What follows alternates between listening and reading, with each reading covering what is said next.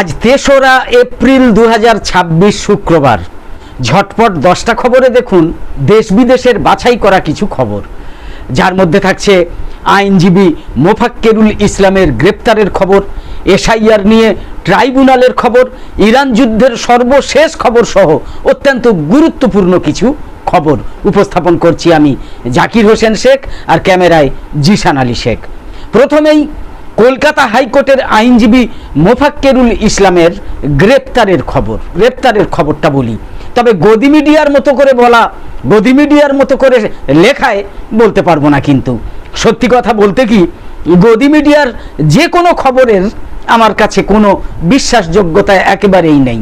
তাই gym নাওয়াজের Facebook post থেকেই মোফাক্কেরুল ইসলামের গ্রেপ্তারের খবরটা হুবহু তুলে ধরছি। জিম নাওয়াজ তার পোস্টে লিখেছেন, কলকাতা হাইকোর্টের আইনজীবী মোফাক্কেরুল ইসলামকে অন্যায়ভাবে গ্রেপ্তার করা হয়েছে। বিচারকদের আটকে থাকার সঙ্গে মোফাক্কেরুল ইসলামের বক্তব্য এবং বক্তব্যের স্থানের কোনো রকম সম্পর্ক নেই। মোফাক্কেরুল ইসলাম বক্তব্য দিয়েছিলেন সুজাপুর বিধানসভার অন্তর্গত ডাঙ্গার কাছে আলশিফা হাসপাতালের সামনে জাতীয় সড়ক 12 নম্বরের উপরে। এখানে সকাল থেকেই অহিংসভাবে আন্দোলন চলছিল। এই জমায়েত এবং আন্দোলন থেকে কোনো বিচারককে আটকে রাখা তো হয়নি। ডাঙ্গা থেকে প্রায় 20 কিলোমিটার দূরে, মানে মোফাক্কেরুল ইসলামের এই বক্তব্যস্থল থেকে 20 কিলোমিটার দূরে মোথাবাড়ি বিধানসভার অন্তর্গত মোথাবাড়ি বিডিও অফিসের সামনে অন্য একটা জমায়েত হচ্ছিল। সেখানে সেই জমায়েতের জায়গায় সেখানেই বিচারকদের আটকে পড়ার কথা শোনা গিয়েছে। মোথাবাড়ির সেই জমায়েতে মোফাক্কেরুল ইসলামকে যেতে বা বক্তব্য দিতে একদমই শোনা যায়নি। মোফাক্কেরুল ইসলাম যে জমায়েতে বক্তব্য দিয়েছেন সেই একই জমায়েতে কিন্তু মোফাক্কেরুল ইসলামের বক্তব্য দেওয়ার কিছুক্ষণ আগে ওই জমায়েত এবং আন্দোলনকে সমর্থন করে বক্তব্য দিতে দেখা গিয়েছে তৃণমূল প্রার্থী সাবিনা ইয়াসমিন মহাশয়াকে। কংগ্রেস প্রার্থী আব্দুল হান্নানকেও একই জমায়েতে গিয়ে জমায়েত এবং আন্দোলনের পক্ষে বক্তব্য দিতে এবং আধিকারিকদের সঙ্গে উত্তপ্ত বাক্য বিনিময় করতে দেখা গিয়েছে। সবটাই সামাজিক মাধ্যমে রয়েছে। ইন্টারেস্টিং ফ্যাক্ট হলো, সকাল থেকে জাতীয় সড়কের উপর চলমান সুজাপুরের আন্দোলন হঠাতে মধ্যস্থতা করেছিলেন কিন্তু মোফাক্কেরুল ইসলাম। এডিএম এবং তার মধ্যস্থতায় আন্দোলনে বিরতি হয়। জমায়েতে সাবিনা হান্নানরা গিয়ে বক্তব্য দিল, সেই জমায়েত তুলে দেওয়ার কথা কিন্তু তারা বলেননি এবং তারা মধ্যস্থতাও করেননি। কিন্তু যে ব্যক্তি জমায়েত তুলে দেওয়ার জন্য মধ্যস্থতা করলেন, জমায়েত তুলে দিতে সাহায্য করলেন, তাকে গ্রেপ্তার করা হলো। খুবই আশ্চর্যের বিষয় এটা। প্রথমে দেখলাম বিজেপির আইটি সেল মোফাক্কেরুল ইসলামের গ্রেপ্তারের দাবি জানাচ্ছিল জোরদারভাবে।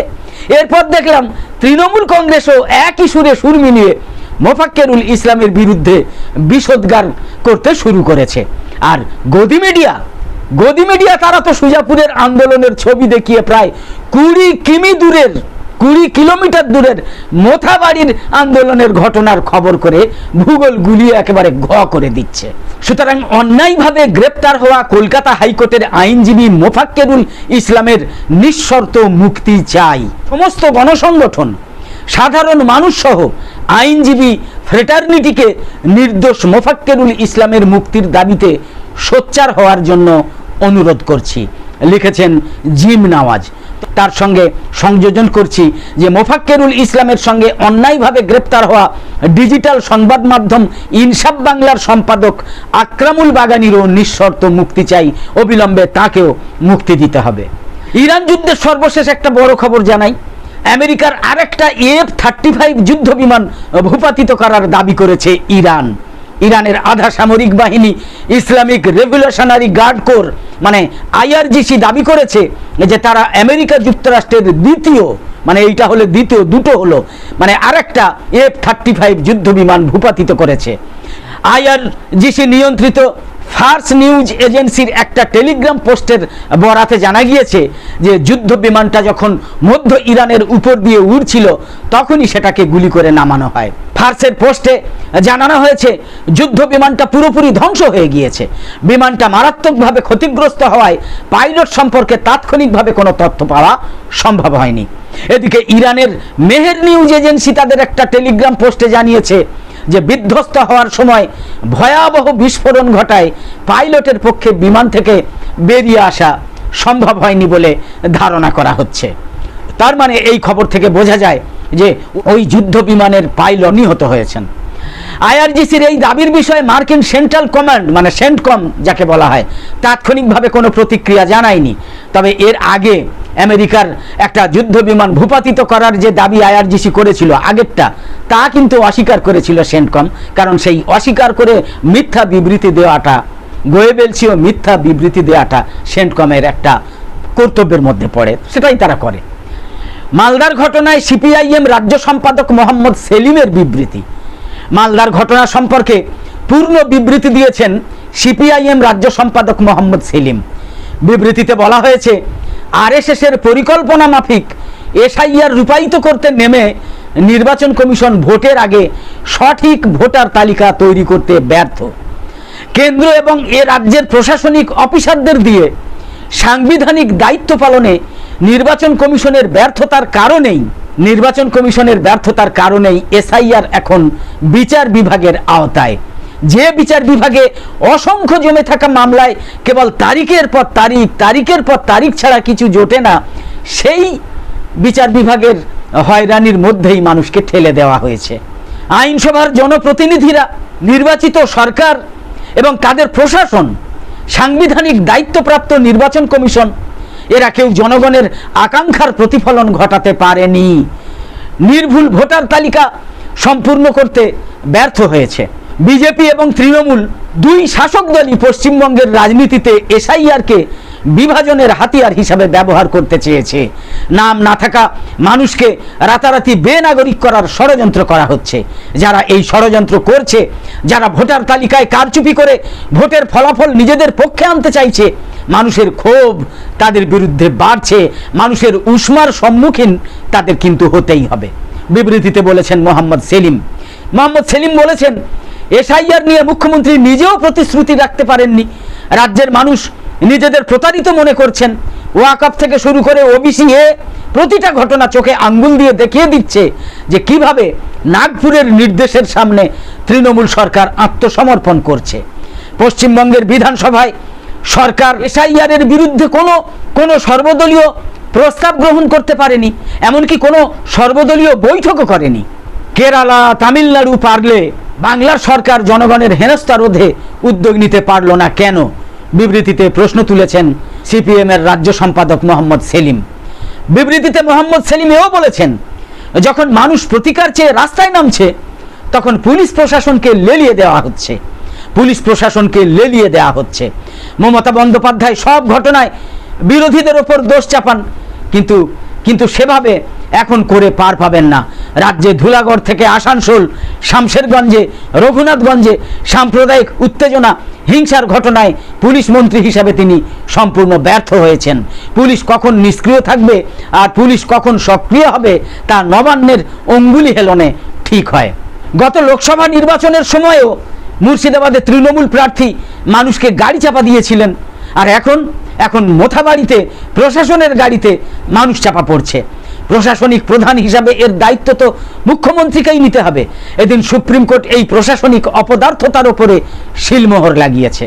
মোহাম্মদ সেলিম বলেছেন, যত আক্রমণই হোক, মানুষ তাদের ভোটাধিকার রক্ষায়, গণতান্ত্রিক অধিকার পুনঃপ্রতিষ্ঠায় এখন মরিয়া হয়ে উঠছে। এটা স্পষ্টভাবে বুঝে নিতে হবে দুই শাসক দলকেই। বিজেপি, তৃণমূল পরিকল্পিতভাবে ভোটের সময় ফের বিভাজনের রাজনীতিকে সামনে নিয়ে আসতে চাইছে। এখন বেছে বেছে যেভাবে প্রতিবাদী মানুষজনকে গ্রেপ্তার করা হচ্ছে, তাতে প্রতিকার চাওয়া মানুষের মনোবল কমানো যাবে না। কোনো রকম প্ররোচনা তৈরি করে মানুষের ভোটাধিকার রক্ষার লড়াইকে ভাঙতে পারবে না ওরা, বলেছেন মোহাম্মদ সেলিম। এবার এসআইআর নিয়ে ট্রাইব্যুনালের খবর। এসআইআর এর ট্রাইব্যুনাল 20 বাউ জলে, ভোটই দিতে পারবেন না প্রথম দফার ডিলিটেডরা। সুপ্রিম কোর্টে প্রধান বিচারপতির এজলাসে নির্বাচন কমিশন বুক ঠুকে দাবি করে বলেছিল যে বৃহস্পতিবার থেকেই, মানে গতকাল বৃহস্পতিবার থেকেই চালু হয়ে যাবে ট্রাইব্যুনাল। কিন্তু কোথায় কি? আজ শুক্রবার পর্যন্ত যা পরিস্থিতি দাঁড়িয়েছে, তাতে করে কবে থেকে ট্রাইব্যুনাল কাজ শুরু করবে সেটাই বোঝা যাচ্ছে না। কারণ পরিকাঠামো গঠন থেকে স্থান নির্বাচন কোনোটাই এখনো পর্যন্ত স্থির করা যায়নি। ফলে প্রথম দফার মনোনয়ন পর্ব শেষের আগে, অর্থাৎ 6 এপ্রিলের আগে ট্রাইব্যুনাল চালু হবে কিনা সেই প্রশ্ন কিন্তু উঠে গিয়েছে। মাঝখানে একটা কথা বলে নিই, খুব দরকারি কথা, একটু মনোযোগ দিয়ে শুনবেন। এসআইআর নিয়ে ট্রাইব্যুনাল, সে আজ হোক বা কাল হোক, হবেই তো নিশ্চয়ই। সেই ট্রাইব্যুনালে কিন্তু উকিলের কোনো কাজ নেই বললেই চলে। তাই এসআইআর পর্বে আন্ডার অ্যাডজুডিকেশনে থাকা ভোটারদের মধ্যে যারা ডিলিটেড হয়ে গিয়েছেন ইতিমধ্যে, তাদের কাছে গিয়ে অনেক উকিল হয়তো বলবেন যে আমি আপনার সব ঠিক করে দেব, আমি আপনার নাম তুলে দেব, আমি আপনার সঙ্গে আছি, আমি আপনার সব কিছু করবো, আপনার কোনো ভয় নেই, ইত্যাদি ইত্যাদি বলে হাজার হাজার টাকা ঝাড়ার তালে থাকবেন। তাদের জন্য বলি, হুটহাট করে কেউ কিন্তু উকিলদের টাকা দিয়ে দেবেন না। এক্ষেত্রে উকিলদের কিছু পরামর্শ দেওয়া ছাড়া কিন্তু কিছু করার নেই। এই ট্রাইব্যুনালে উকিলদের কোনো কাজই নেই। সব থেকে বড় কথা হলো, যাদের ডিলিট হয়েছে তারা নিকটবর্তী কোনো তথ্য কেন্দ্রে চলে যান। মানে ওই তথ্য কেন্দ্রের মালিকরাই বা যারা তথ্য কেন্দ্রের কর্মী, তারাই মাত্র কয়েকশো টাকার বিনিময়ে অনলাইনে ট্রাইব্যুনালে আপনার আপিলটা করে দেবেন। না হলে এসডিও অফিসে গেলেও অনেক জায়গায় অনলাইন করে দিচ্ছে, শুধুমাত্র এইটুকুই। এর বাইরে কিন্তু কোনো প্রতারকের ফাঁদে পা দেবেন না। এইটুকু মাঝখানে শুধু বলে রাখলাম। তো যেটা বলছিলাম, এই এসআইআর নিয়ে ট্রাইব্যুনালের কথা যেটা বলছিলাম, রাজ্যের আপনারা জানেন যে 152টা আসনে ভোট গ্রহণ হবে প্রথম দফায় আগামী 23 এপ্রিল। সেখানকার বিচারাধীন তালিকা থেকে ডিলিটেড ভোটারদের আবেদন নিষ্পত্তির বিষয়টা আপাতত দেখা যাচ্ছে একেবারে বিষবাও জলে। মানে বলা হচ্ছে যে ডিলিটেড থেকে 15 দিনের মধ্যে আপিল করতে হবে, কিন্তু কোথায় আপিল করবে তার কোনো নির্দিষ্ট জায়গায় ঠিক হয়নি। তার মানে একই সঙ্গে বিষবাও জলে তাদের ভবিষ্যৎ, যারা ডিলিটেড হয়েছেন। ট্রাইব্যুনালে বিচার শুরু না হওয়ায় তারা এবারের বিধানসভা নির্বাচনে ভোট দিতে পারবেন না বলেই কিন্তু মনে করছেন বিশেষজ্ঞরা। ইতিমধ্যে আপনারা জেনেছেন যে কলকাতা হাইকোর্টের ছাড়পত্র মেনে রাজ্যের 23টা জেলার মধ্যে 23টা জেলার জন্য মোটে 19টা মাত্র ট্রাইব্যুনাল গঠন করেছে নির্বাচন কমিশন। 23টা জেলার জন্য মাত্র 19টা ট্রাইব্যুনাল। ঠিক হয়েছে, কলকাতা সহ রাজ্যে ট্রাইব্যুনালের মোট 7টা কার্যালয় তৈরি হবে। 7টা। বৃহস্পতিবার থেকেই সেখানে পুরোদমে কাজ চালু হয়ে যাবার কথা ছিল, কিন্তু হয়নি।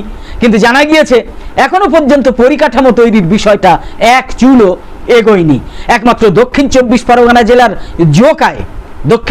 পরগনা জেলার জোকায় Shyamaprasad Mukherjee national institute of water and স্যানিটেশনে অ্যাপিলেট ট্রাইব্যুনাল গঠনের বিষয়টা পাকা হয়েছে।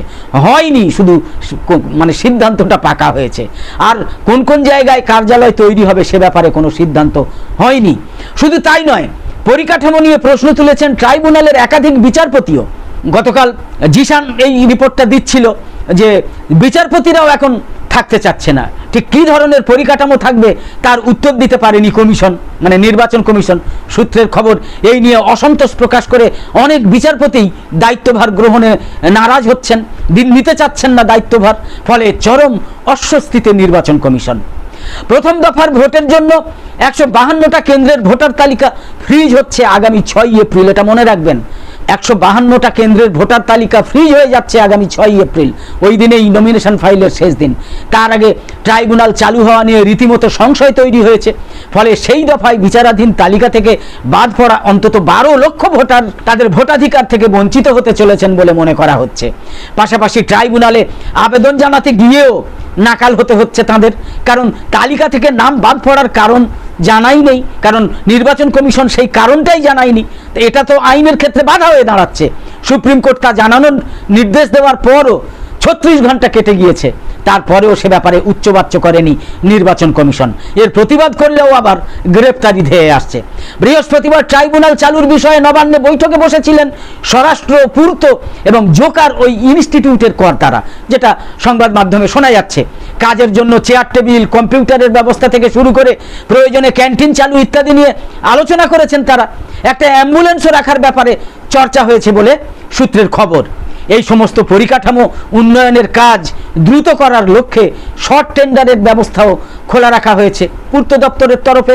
তবে জোকা ছাড়া আর কোথায় জোকা ছাড়া আর কোথায় ট্রাইব্যুনাল চালু করা হবে সেই মর্মে নবান্নে কোনো খবর কিন্তু এখনো পর্যন্ত এসে পৌঁছায়নি বলেই জানা যাচ্ছে। ট্রাইব্যুনালের সদস্যদের সাহায্য করার জন্য কর্মী নিয়োগ করার পদক্ষেপও নেওয়া হচ্ছে, কিন্তু সবটাই এখনো আটকে রয়েছে প্রাথমিক স্তরে। কবে যে একদম কাজ শুরু হবে জানাই নেই। ঝটপট 10টা খবর আমরা মূলত করে থাকি রাত 9টার পর, আজ কিন্তু সন্ধ্যের পরই দিয়ে দিলাম, কারণ গুরুত্বপূর্ণ কিছু খবর একটু তাড়াতাড়ি দেওয়াই ভালো। নতুন করে নতুন আঙ্গিকে একই সাথে রাত 9টার পরে ইউটিউবে এবং ফেসবুক পেজে নিউজ নির্ভীকের ঝটপট 10টা খবর ভালো লেগে থাকলে, যদিও আমরা এটা নিয়মিত দিতে পারছি না, তো এই ঝটপট 10টা খবর ভালো লেগে থাকলে ইউটিউবে নোটিফিকেশান পেতে সাবস্ক্রাইব করে পাশের বেল আইকন অন করে অল সিলেক্ট করে রাখুন, আর ফেসবুকে লাইক বা ফলো করে আমাদের আরও নতুন নতুন ভিডিও বানাতে এবং লাইভ সম্প্রচারে উৎসাহিত করতে লাইক, কমেন্ট এবং বেশি বেশি শেয়ার করে সঙ্গে থাকুন। তো আপাতত শেষ করছি, কামনা করি সকলে সবসময় খুব ভালো থাকুন, সুস্থ থাকুন এবং সাবধানে থাকুন। শান্তিতে ভোট দিন, শান্তিতে নির্বাচন কার্য করতে দিন, কেউ প্ররোচনায় পা দেবেন না। ধন্যবাদ।